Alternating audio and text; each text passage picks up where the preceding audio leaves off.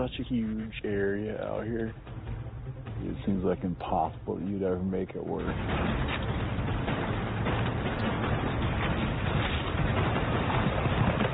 Should have just kept going. Runs 700 miles just above the Arctic Circle. If you want to go somewhere to feel small and lost and overpowered, this is your spot. Especially if you're a moose hunter. But don't come here if you're hoping to see an abundance of game. This is a place where you can easily spend days or weeks between sightings of the world's largest member of the deer family. But the payoff is that if you do see a bull, you might be the only human being to have ever laid eyes on it. I chartered a float plane into this lake, an unnamed body of water that drains into an unnamed river, with my longtime hunting buddy, Brant Meixel, a waterfowl biologist originally from Minnesota who's been fortunate to build his career and life in this state. He hunts hard and often, though right now he's in the same predicament that I am. We're both in a meat crisis. We need to fill freezers, and there's no better way to do it than with moose meat. You know what the thing is, man? It doesn't matter how much time you spend staring at maps. It's just, you get there and it's like, I might as well not even have done that. It's not wasted time because the whole time you're getting excited about it. No, you are. I like this better than what I thought. It's sexier than I thought it was going to be, for sure. Alaskan law dictates that we cannot hunt moose on the same day that we fly, so we take the rest of the day to get a feel for our surroundings. That looks like just amazing moose country. Should go blast that quick. We put together a hypothesis that moose would be working their way into this country with the coming of the rut, but it seems like that hasn't happened yet.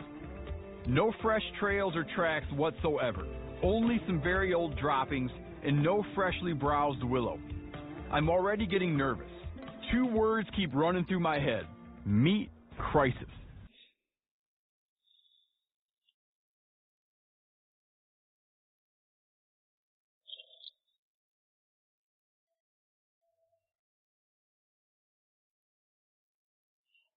Boy, can you see some country. It is such a huge area out here. Kind of like an intimidating landscape, man. When you think about how much ground you're looking at, how little you see, it seems like impossible that you'd ever make it work.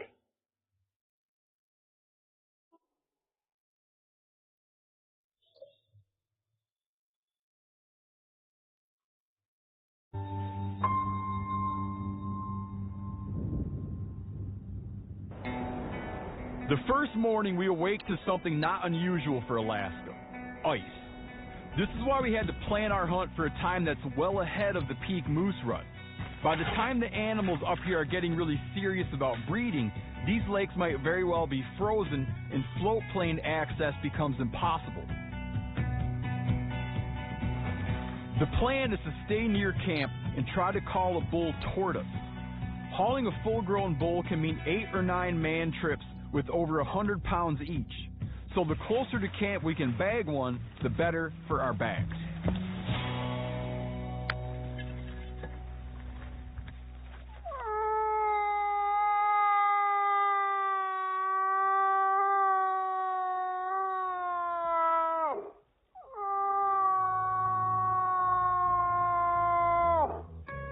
We're doing two things to call moose. We're thrash and brush, and we're cow calls.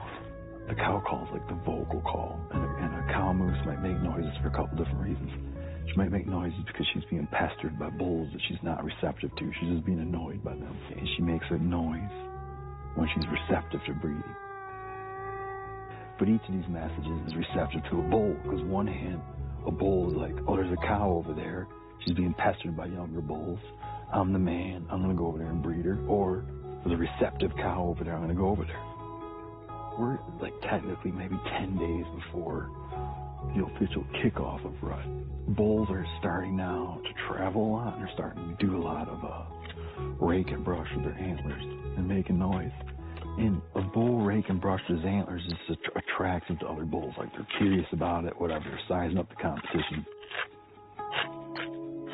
It takes moose a long time to come in. He might cow call and attract a moose from a couple miles away, but he might take days to get there. We keep seeing things that aren't moose. That's a big thing in the Arctic. Like, there's so much distortion. There's this book I like a lot called My Life with the Eskimo by this explorer, and he talks a lot about how the light plays tricks on you. One time, he went to stalk a grizzly bear that was way far away, but it was a marmot that was really close. He talks about another guy who thought he saw a walrus stick his head up, but it was a mountain with two snowy draws on either side of the mountain that he thought that were tusks. I can't tell you how many times myself or people I work with see a snowy owl sitting on the tundra and swear it's a polar bear. Just the size difference, just how big a goose can look. Yeah, because it's such huge country. It makes you think something's wrong with your binoculars all the time. You look through and it's just like, we just shimmer, you know? You can't even tell if you're looking at bulls sometimes. They look like Salvador Dali paintings, man.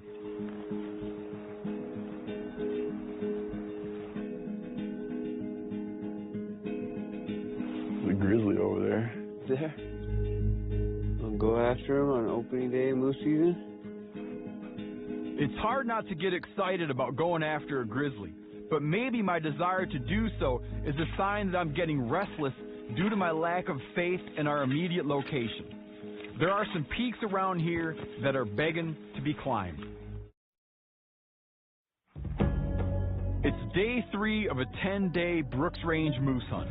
And while it seems like our camp is in a prime locale, we haven't seen diddly for moose or diddly for moose sign. I need to get up on one of these mountains and see if there isn't something we're missing.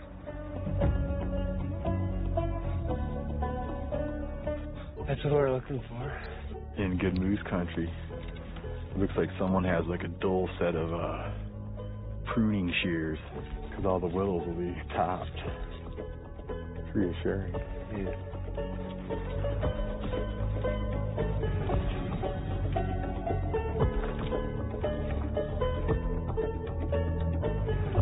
Oh, moose.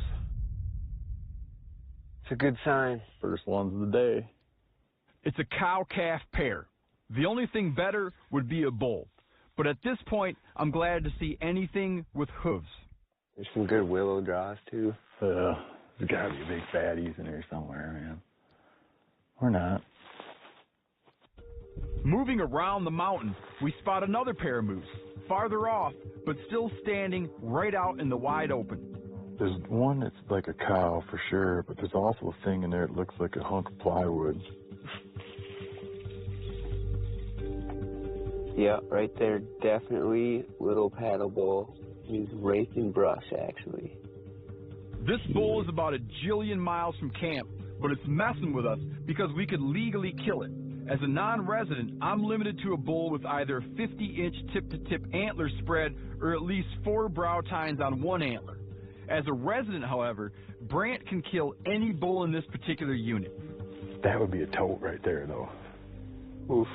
That would be a brutal pack. That's like 4 miles. 2 people were to pack that bull, it would be 8 miles per load, 4 loads. 32 miles, 16 of which is carrying over 100 pounds. Let's go. We leave the bull for now, figuring we can probably try him again later.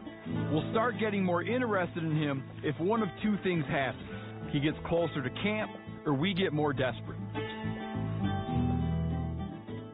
On day 5, we decide to explore in another direction, hoping to find some animals or at least some fresh sign. Our route brings us all the way along the edge of the lake that we're camped near. One thing I know to be true is that Brooks Range fishing often leads to a little more immediate gratification than does Brooks Range moose hunting. I expected to find maybe a few grayling in this lake, but instead it's full of small northern pike, perfect for the fry pan. Eater northern. Tackle thrashers. Get up in there. That's what I'm talking about. Nice fish.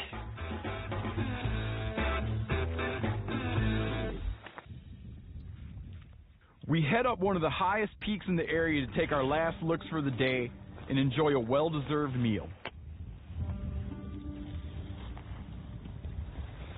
You were the first guys ever sit up here? No way. No way. We're the first guys to fry fish up here. Gotta be. Think we're the first guys to not see moose from up here? No.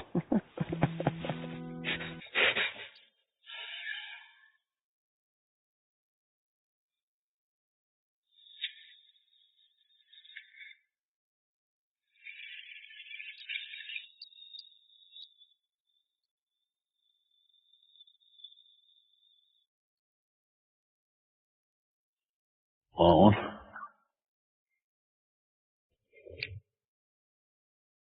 Man, it's a good pike. It's a perhaps overused reference, but it doesn't get much fresher than that. Especially when you can look at the lake you just pulled it out of. It'd be sweet if we could have a successful moose hunt and then have a day to devote to just fishing northies. There comes a point in every hunt where I think, why in the hell did we come here? How could my ideas about this hunt be so different from the reality? But then, looking at this vista, I remember. We came here to keep on waking up tomorrow in order to try again.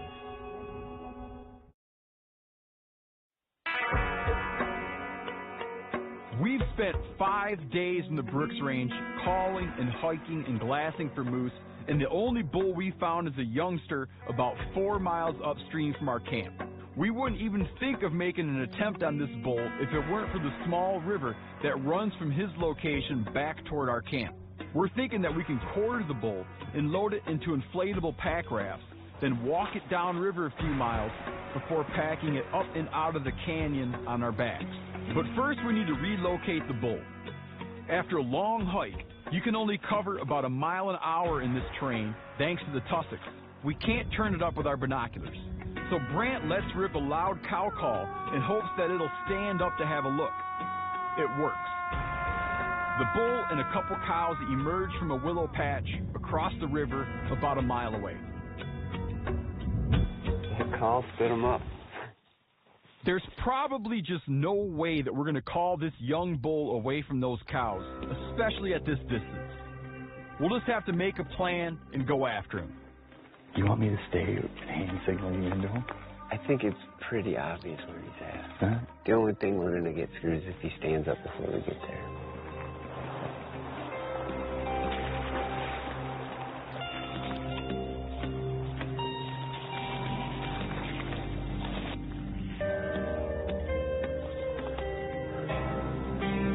That's perfect. Let's hug this side, much we can. Moose are not exactly the cagiest animals out there. Still, we start to get a little too close for comfort. The wind keeps changing directions, forcing us to stop and reconsider our stalk, and hoping he doesn't smell us coming.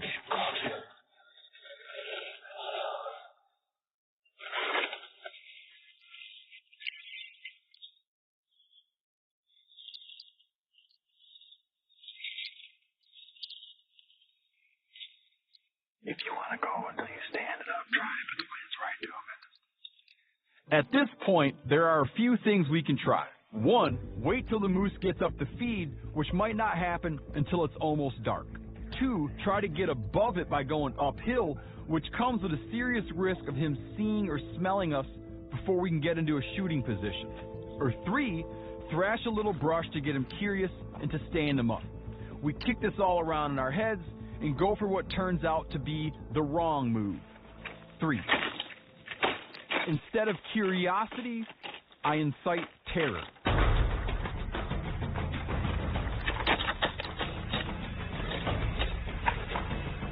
Ah! In my head, I'm thinking, shoot. But in my heart, I know that Brant does the right thing. Moving moose clumped together. Not a good combination for responsible hunting. Ah!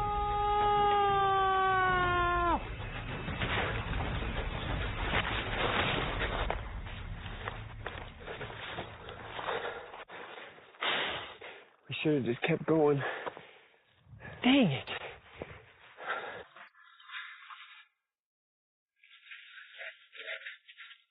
I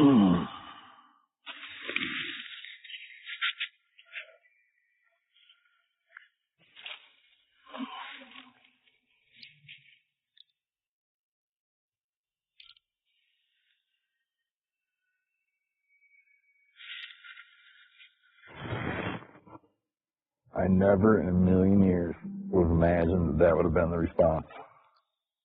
They did not like that, did they? I mean, they didn't even give the old stop and look back for How a could second. The wind was bad. Yeah, it was a matter of time till they scented us, for sure.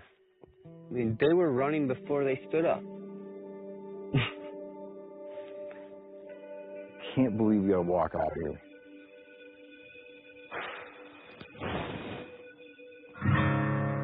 We head downstream toward camp, replaying the stalk in our minds, wondering what we could have done differently. And then, halfway back, as the sun is setting... Is that the bull? We're now under 2 miles from camp, and here he is in all of his splendor, closer to the river and half the distance from camp. It seems like the thing we're going to have to do here, because of how much we're running out of light, is just try to find him tomorrow. And just hope they don't move.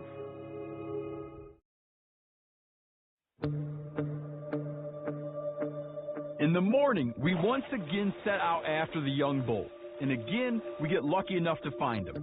He hasn't traveled far from where we left him the night before. It's our pal. Time is on our side, so we carefully make our way toward the spruce patch where he's been feeding. There's old moose track. If we can make it to the top of this hill without spooking him, we should be able to watch him in that bowl of timber below us without him smelling us, and then wait patiently for a shot opportunity. As Brant heads toward the trees, I stay behind and find a vantage point on a nearby hill where I can try to watch the action.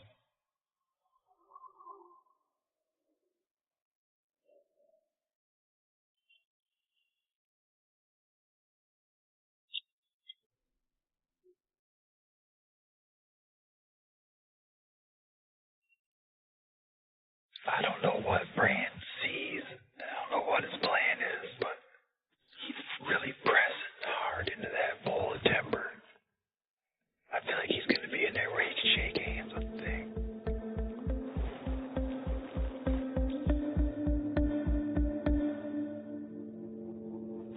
Just on here. Ridge is about 200 yards away.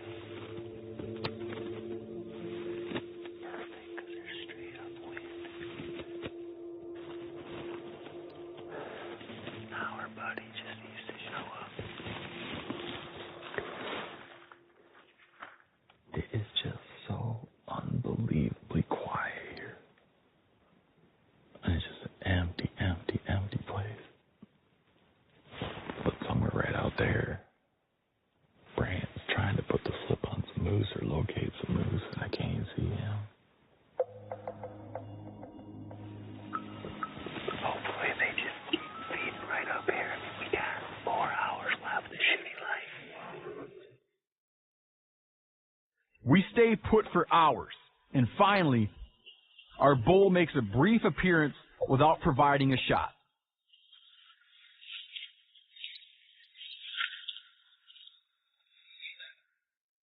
I can't do it.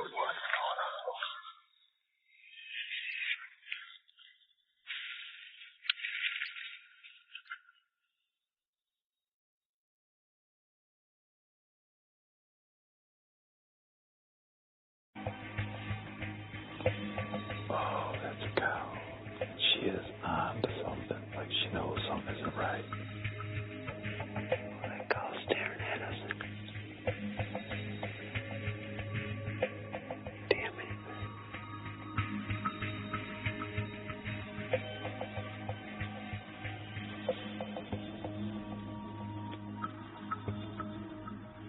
Oh, she's spooking. She's spooking. The cow spooks, But oddly, the bull steps right into the same place and assumes her position. Broadside.